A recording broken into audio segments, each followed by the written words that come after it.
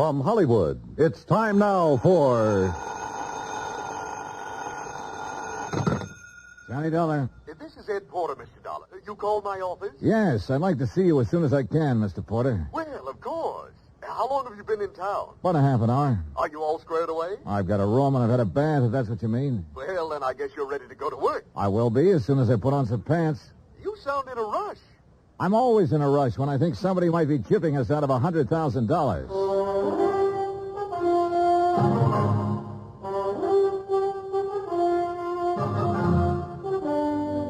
Bob Bailey in the transcribed adventures of the man with the action-packed expense account, America's fabulous freelance insurance investigator. Yours truly, Johnny Dollar.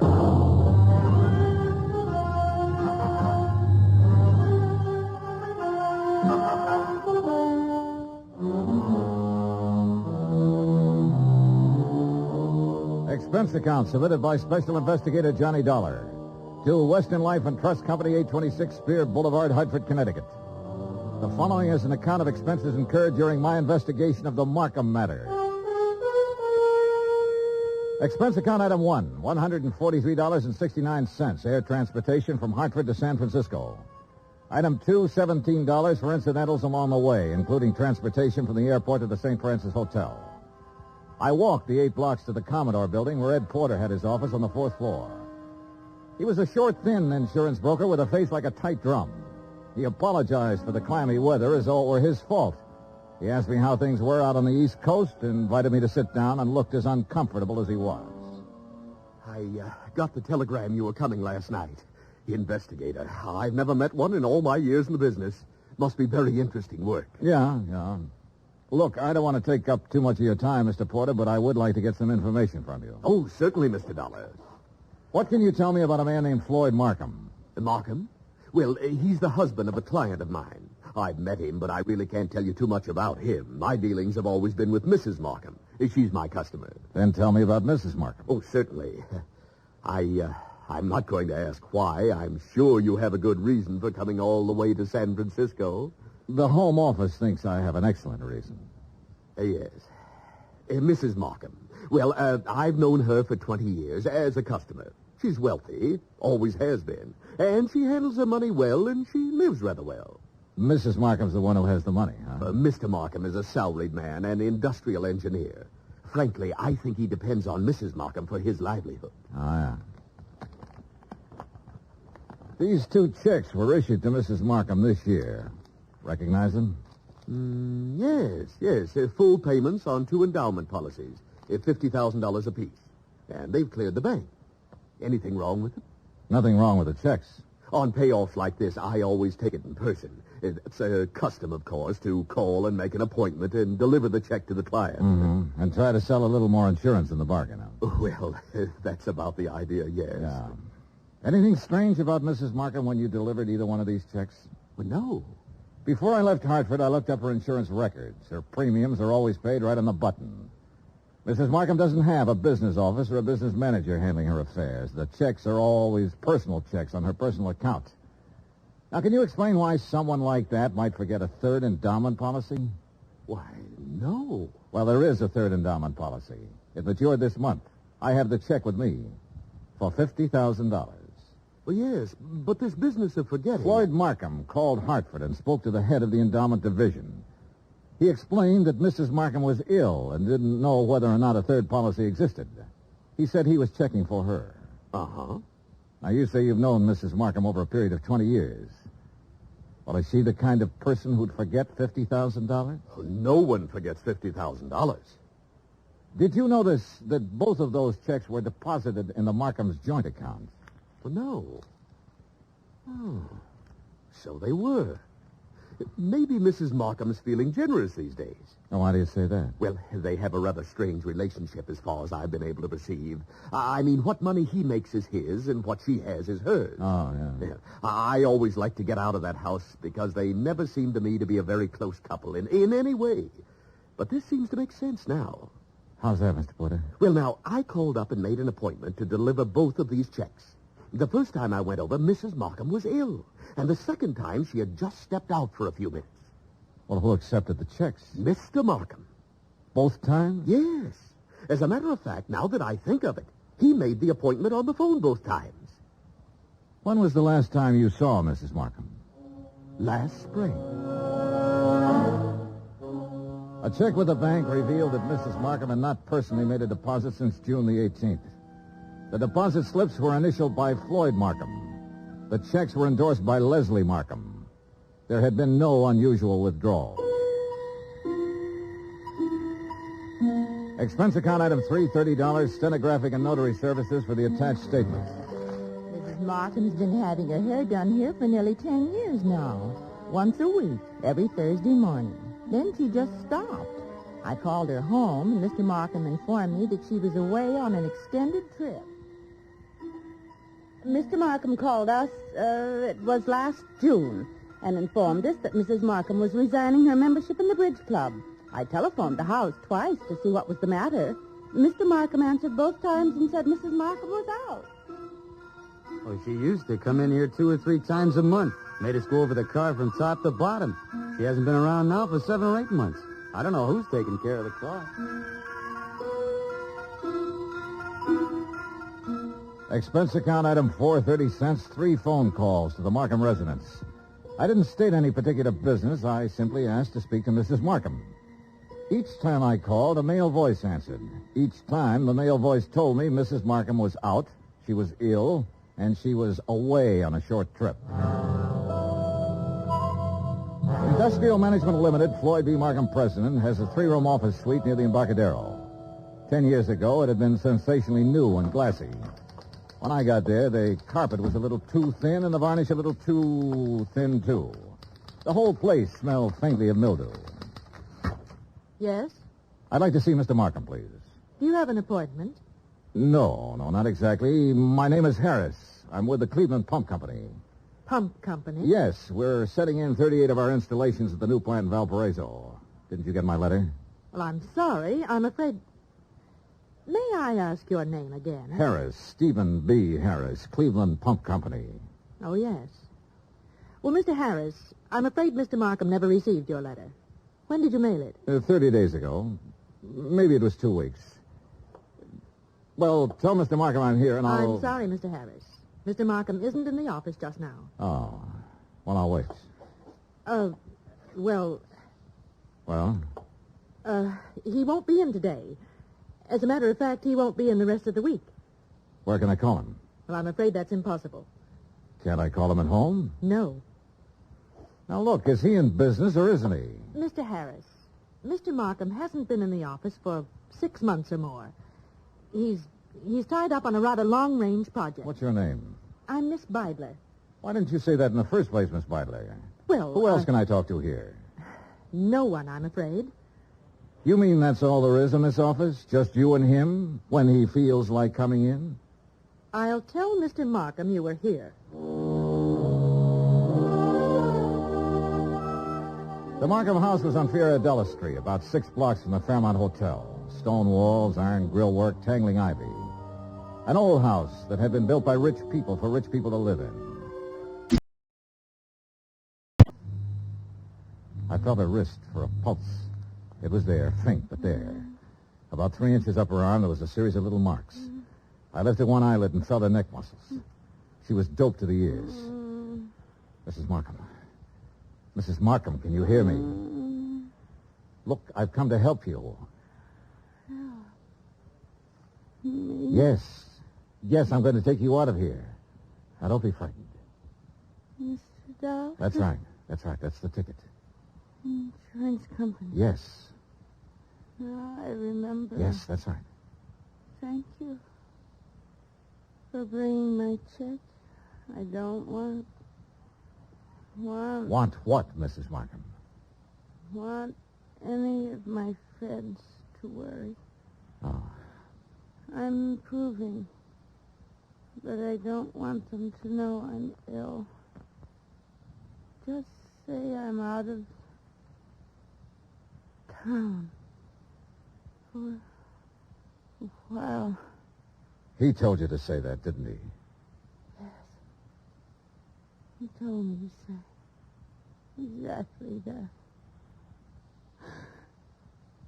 Mr. Dow, don't fool me. Please don't fool me. What? You will help me get out of here. You aren't fooling me, are you? Are you? I carried her downstairs and put her in my car and drove her to the St. Regis Emergency Hospital. Expense account item $6,100, deposit with the hospital office. I explained as much as necessary to the intern who promised to advise me when Mrs. Markham became rational. After that, I drove back to the house. Ed Porter's blue coupe was parked across the street. I didn't know what to do but come back here. And when I got back, I didn't know what to do either. Slow down. You're doing fine. Oh, you were right. You were absolutely right. They went straight to the Bank of America to deposit that money. I kind of thought they might be back here by now. No, they're over at Angelo's having a drink and some dinner. I followed them there. You're getting to be quite a sleuth, Mr. Porter. Well, I try to do my best and use my head. Mr. Dollar, did you talk to Mrs. Markham? As much as I could. She was doped. I took her out and put her in the hospital. Oh. Well, should you have done that, Mr. Dollar? I could have left her up in that room to die, Mr. Porter. Oh, yes. Well, what's our next move? Ours? Well, certainly. I can't quit now, Mr. Johnny. Well, let's go to Angelo's, Eddie. Ed Porter settled the hat lower on his ears and gripped the wheel harder, and we took off for Angelo's on Stoker Street.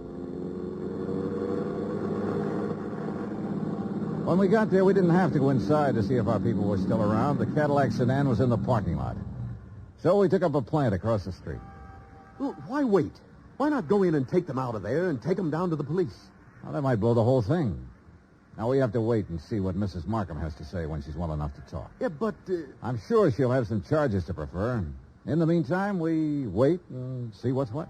Yeah, what do you think he'll do when he goes home and finds her gone? Well, that'll be pretty interesting. What do you think he'll do? Well, I imagine he'll think she got up and walked out. No, he knows better than that. He's had her doped up for 6 months. He knows he can go out of the house and she'll stay right where he left her while he's gone. No, that isn't it. Oh. Well, then he'll know that she had help. That's more like it, Mr. Porter. I liked Eddie. It gives me kind of a feeling. Okay, Eddie. Now answer the question. Oh, what'll he do? Well, he'll try to get out of town. That's it. He'll try to leave town. He'll know that he's had it. Come on. Huh? They're pulling out. We followed them to a cocktail lounge near the Presidio. They waited around outside the place for 2 hours. Expense account item 7.25 cents. I called the St. Regis Receiving Hospital. Mrs. Markham's condition was unchanged. Item 8, $2, 2 hamburgers, 2 Cokes, and cigarettes for Mr. Porter and myself. We had just finished eating when Floyd Markham's Cadillac turned out onto the street. We followed it for 10 minutes. When Markham parked on a dark hill, we cut our lights and came to a stop. Mr. Dollar, Yeah, Eddie. can you see what they're doing? Yeah? What? Necking? Huh? Necking. You know. I should have telephoned my wife. At 12:10, Floyd Markham turned the car around and drove back into town. We followed once more. We saw him double park outside a 4-story apartment house on a steep hill, let the woman out, then drive on. Eddie? Yeah, Johnny? Think you can handle something else alone? Oh, I'd love to. Women sometimes talk a lot easier than men. You keep on him. When he finds his wife absent, I want to know where he goes. Wherever it is, I'll let you know. You gonna shake her down? Something like that. Get going.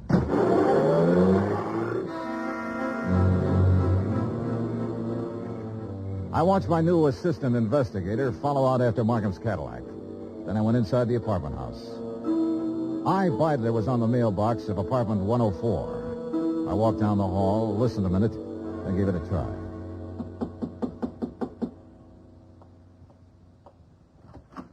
Yes? Well, what on earth are you doing? I'm here to see you, Miss Beidler. It's important. You're, Mr. Harris. I'm Mr. Dollar, Johnny Dollar. I'm an insurance investigator. Oh.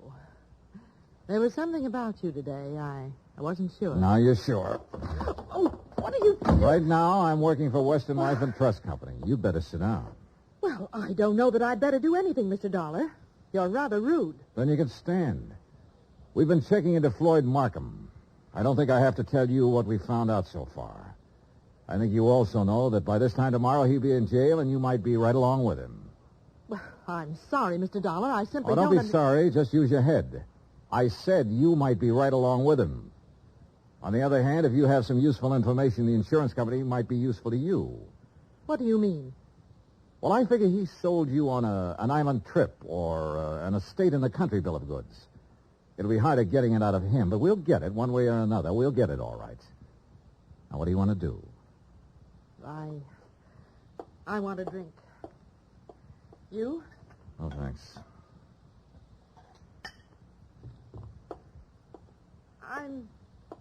I'm not bad. I'm not a criminal. I've never been in trouble. You are now. Why? Because I fell in love with him? Because you were helping him kill her. What are you talking about? Mrs. Markham. She's in a hospital right now. What? I took her there myself today. He's had her doped with I don't know what for months. Having her sign checks, endorse deposit slips. Funny. Is it? He told me that Mrs. Markham was out of town, divorcing him. I wondered how. You were right. It was a country estate. In England. A genteel life, he said. The London theater, walks in the country, little harmless things that most people can never do. He said we could do them as soon as he cleaned up his affairs. By tonight, he said we could start packing.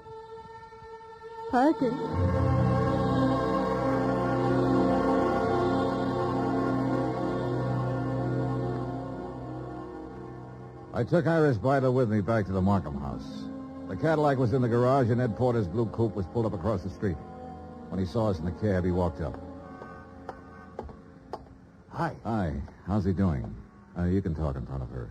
Well, he hasn't done anything. I saw the light go on upstairs in Mrs. Markham's room, then it went out again. He's downstairs now, sitting in the living room. Okay. Wait here.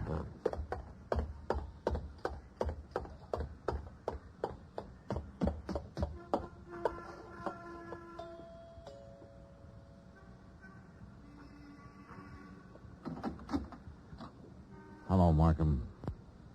Hello. If you're worried about your wife, which I doubt, she's in a hospital.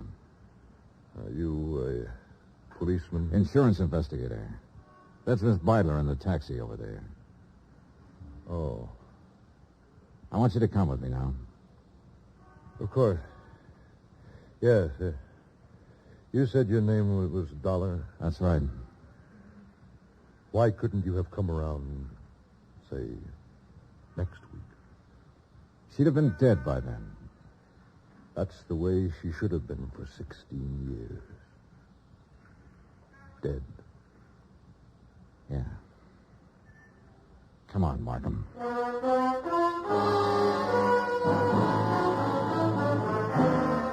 Expense account, item 9, $102, hotel and board in San Francisco. Item 10, $116, airfare back to Hartford. Item 11, $42.16, miscellaneous. Remarks? Will wind up in court. Mrs. Markham's charges will include attempted homicide, attempt to defraud, attempt to... In the end, it was his attempt to run away, and it didn't work. It never works. Even if you get away, you find something new to run from. Total expenses, $968.20. Yours truly, Johnny Dollar.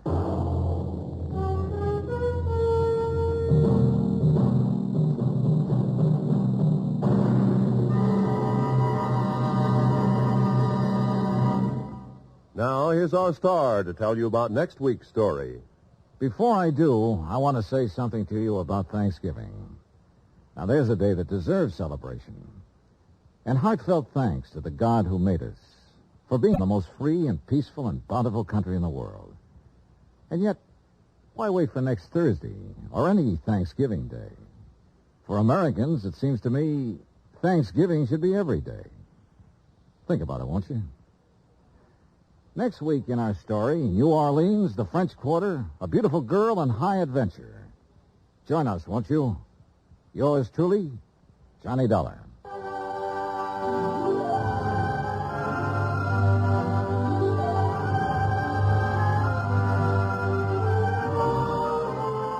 Yours truly, Johnny Dollar, starring Bob Bailey, is transcribed in Hollywood. Written by John Dawson, it is produced and directed by Jack Johnstone. Heard in tonight's cast were Lois Corbett, Frank Nelson, Virginia Gregg, Bert Holland, Paula Winslow, and John Daner. Musical supervision by Amerigo Marino. Be sure to join us next week, same time and station, for another exciting story of yours truly, Johnny Dollar. Roy Rowan speaking.